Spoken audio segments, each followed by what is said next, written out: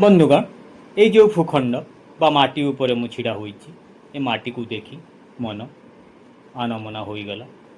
ଅନେକ ପ୍ରଶ୍ନ ବା ଅନେକ ଅସମାହିତ ପ୍ରଶ୍ନ ମନକୁ ଆନ୍ଦୋଳିତ କରୁଥିଲା। ବନ୍ଧୁଗଣ, ଏଇ ସେଇ ପୁଣ୍ୟ ମାଟି, ଯେଉଁ ମାଟି ସହିତ ଆମର ଅନେକ ଭାବାଗତ, ଭାଷାଗତ, ସାଂସ୍କୃତିକ ସମ୍ପର୍କ ରହିଥିଲା।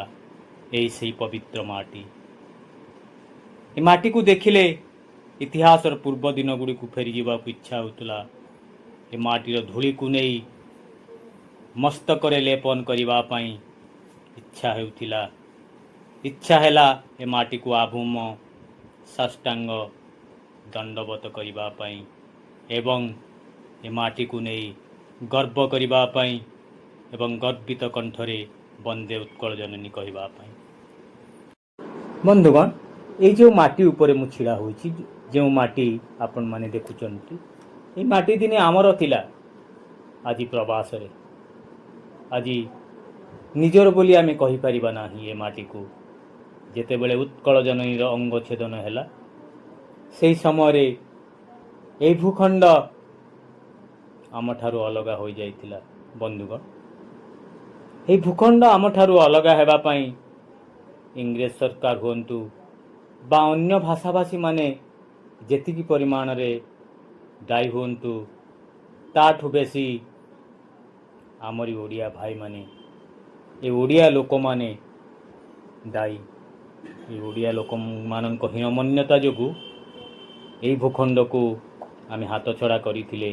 ଏହି ଭୂଖଣ୍ଡ ନହେଲେ ଆଜି ଆମ ସହିତ ଥାନ୍ତା। ବନ୍ଧୁଗଣ, ମନେ ପଡ଼େ 1931 ମସିହାର କଥା, ଯେତେବେଳେ ସ୍ୱତନ୍ତ୍ର ଉତ୍କଳ ପ୍ରଦେଶ ଗଠନ ପାଇଁ ମହାମନୀଷୀମାନେ ଏହି ମାଟିରେ ଏକତ୍ର ହୋଇଥିଲେ।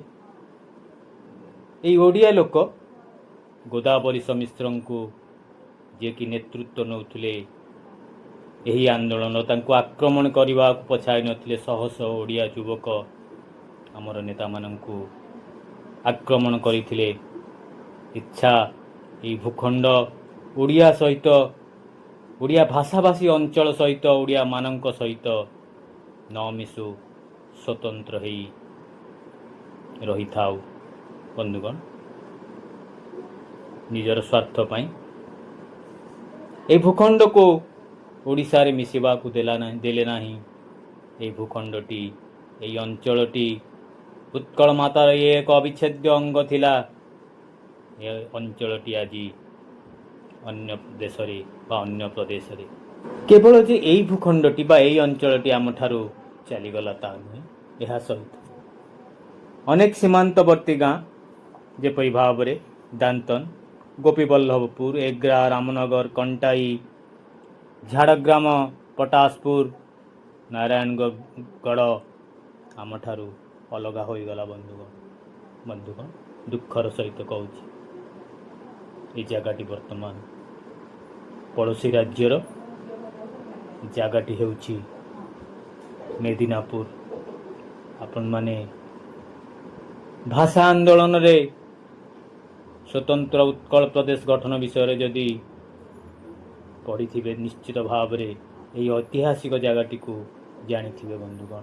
ବନ୍ଧୁଗଣ, ଏହି ଜାଗା ସହିତ ଆଉ ଏକ ଐତିହାସିକ ଜିନିଷ, ଐତିହାସିକ ତଥ୍ୟ ଯୋଡ଼ି ହୋଇ ରହିଛି, ସେ ବିଷୟରେ ମଧ୍ୟ ଜାଣିବା। ବନ୍ଧୁଗଣ, ଏହି ଜାଗାରୁ, ଏହି ମେଦିନାପୁରରୁ ଉଠକଙ୍କାଳର ସ୍ରଷ୍ଟା ଗୋଦାବରୀଶ ମହାପାତ୍ର ଗୋଟିଏ ରାତିରେ ସୃଷ୍ଟି କରିଥିଲେ କାଳଜୟୀ, ରକ୍ତର ଦଲିଲ, ରକ୍ତର ଦସ୍ତାବିଜ, ରକ୍ତର କବିତା ଉଠକଙ୍କାଳ। ବନ୍ଧୁଗଣ, ଯେତେବେଳେ ଜାତୀୟତାବାଦର ଅବକ୍ଷ ସୃଷ୍ଟି ହୁଏ, ମା ମାଟି ମଣିଷର କଥା ବିଚାର କରିବା ପାଇଁ ମଣିଷ ପାଖରେ ସମୟ ନଥାଏ। ମଣିଷ ପରର ଗୋଲାମୀ କରିବା ପାଇଁ ଓ ପରର ପଦଲେହନ କରିବା ପାଇଁ ପଶ୍ଚାତପଦ ନ ହୁଏ, ଠିକ୍ ସେହି ମୁହୂର୍ତ୍ତରେ ଜାତୀୟତାବାଦୀ କବିମାନଙ୍କ କଲମରୁ, ସେମାନଙ୍କ ଅମୃତ ଲେଖନୀରୁ ନିଃସୃତ ହୁଏ ସେହି ରକ୍ତଝରା କବିତା, ଯାହା ହେଉଛି ଉଠକଙ୍କାଳ ଜାଗ ଦୁର୍ବଳ। ବନ୍ଧୁଗଣ, ପୂର୍ବରୁ କହିଛି, ଏହି ଉପାନ୍ତ ଅଞ୍ଚଳରେ ଯାହାକି ବର୍ତ୍ତମାନ ବଙ୍ଗଳାରେ ଅଛି, ସେହି ଅଞ୍ଚଳରେ ଓଡ଼ିଆ ଭାଷାର ଓଡ଼ିଆମାନଙ୍କୁ ଏକତ୍ର କରିବା ପାଇଁ, ଜାଗରଣ କରିବା ପାଇଁ ଏବଂ ଓଡ଼ିଆ ସଂସ୍କୃତିର ପ୍ରଚାର ପାଇଁ ପଣ୍ଡିତ ଗୋଦାବରୀଶ ମିଶ୍ର ଓ ଅନ୍ୟାନ୍ୟ ପଣ୍ଡିତମାନେ ଉଦ୍ୟମ କରିଥିଲେ। 1931 ମସିହାର କଥା। ସେ ସମୟରେ ସେଠାରେ ଉପସ୍ଥିତ ଥିଲେ ଗୋଦାବରୀଶ ମହାପାତ୍ର। ଦିନେ ସେ ଅଞ୍ଚଳରେ ବୁଲୁ ବୁଲୁ ସେ ଅଞ୍ଚଳର ଓଡ଼ିଆ ବୀରମାନଙ୍କ କଥା ଶୁଣିଲେ। ତାଙ୍କର ମନ ଆନ୍ଦୋଳିତ ହୋଇଥିଲା। ରାତିରେ ଶୋଇପାରିଲେ ନାହିଁ। ମନକୁ ମନ କହିଲେ, ଓଡ଼ିଆ ବୀରର ରକ୍ତ ମାଂସ ଆଜି ମାଟିରେ ମିଶିଯାଇଛି। ସେ ବୀରମାନଙ୍କର କଙ୍କାଳ କେବଳ ପଡ଼ି ରହିଛି। ତାନ୍ତ୍ରିକ ଯେପରି ମଶାଣିକୁ ଯାଇ ରାତିର ଘନ ଅନ୍ଧକାର ମଧ୍ୟରେ ମନ୍ତ୍ର ପାଠ କରି ହାଡ଼ ବାହାର କରାଏ, ଠିକ୍ ସେହିପରି ମୁଁ ଗୋଟିଏ କବିତା ଲେଖି ଓଡ଼ିଶାର ସୁପ୍ତପ୍ରାୟ ବୀରମାନଙ୍କୁ ପୁଣି ଥରେ ବୀର ଭାବରେ ଠିଆ କରାଇବି।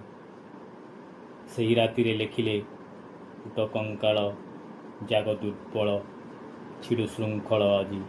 ଏହି କବିତାଟି ଆଜି ମଧ୍ୟ ଅଭିନନ୍ଦିତ ଓ ବନ୍ଦିତ। ବନ୍ଧୁଗଣ, ଏ କବିତାର ପ୍ରଥମ ନାମ ଥିଲା ଶ୍ମଶାନ ପୂଜାରୀର ଆହ୍ୱାନ। 1932 ମସିହାରେ ପ୍ରଥମେ ସାହିତ୍ୟ ପତ୍ରିକା ସହକାରରେ ଏହି କବିତାଟି ପ୍ରକାଶ ପାଇଥିଲା। ପରେ କବିତାର ଘୋଷା ପଦରେ ଉଠ କଙ୍କାଳ ଥିବାରୁ ଏହାର ନାମ ଥିଲା ଉଠ କଙ୍କାଳ। ବନ୍ଧୁଗଣ, ହୀନମନ୍ୟା ଓ ପତିତ ଓଡ଼ିଶାର ଏହା ହେଉଛି ଏକ ଜାଗରଣ ମନ୍ତ୍ର। ଏହି କବିତାଟି ଏବେ ମଧ୍ୟ ପଢ଼ିଲେ ବା ଶୁଣିଲେ ମନରେ ଶିହରଣ ଜାଗ୍ରତ ହୁଏ। ବନ୍ଧୁଗଣ, ଏ ଜାଗା ମେଦିନାପୁର ଆଜି ଆମ ସହିତ ନାହିଁ। ଏହି ଜାଗା ହରାଇବା ପଛରେ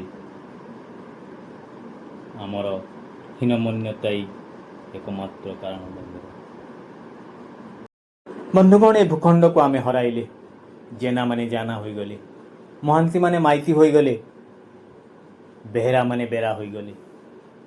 ତଥାପି ଏ ଭୂଖଣ୍ଡ ଆମର ଥିଲା, ଏହାର ପ୍ରମାଣ। ଏଠି ଯଥେଷ୍ଟ ସଂଖ୍ୟାରେ ପଟ୍ଟନାୟକ ଅଛନ୍ତି, ମହାପାତ୍ର ଅଛନ୍ତି, ପାତ୍ର ଅଛନ୍ତି, ନାୟକ ଅଛନ୍ତି, ସାମଲ ଅଛନ୍ତି, ପଣ୍ଡା ଅଛନ୍ତି, କର ଅଛନ୍ତି, ଅଧିକାରୀ ଅଛନ୍ତି। ଏମାନଙ୍କ ପୂର୍ବପୁରୁଷ ସବୁ ଓଡ଼ିଆ ଥିଲେ। ଏ ଅଞ୍ଚଳ ଆମର ନିଶ୍ଚିତ ଥିଲା। ଦୁର୍ଭାଗ୍ୟ, ବିଡ଼ମ୍ବନାର ବିଷୟ,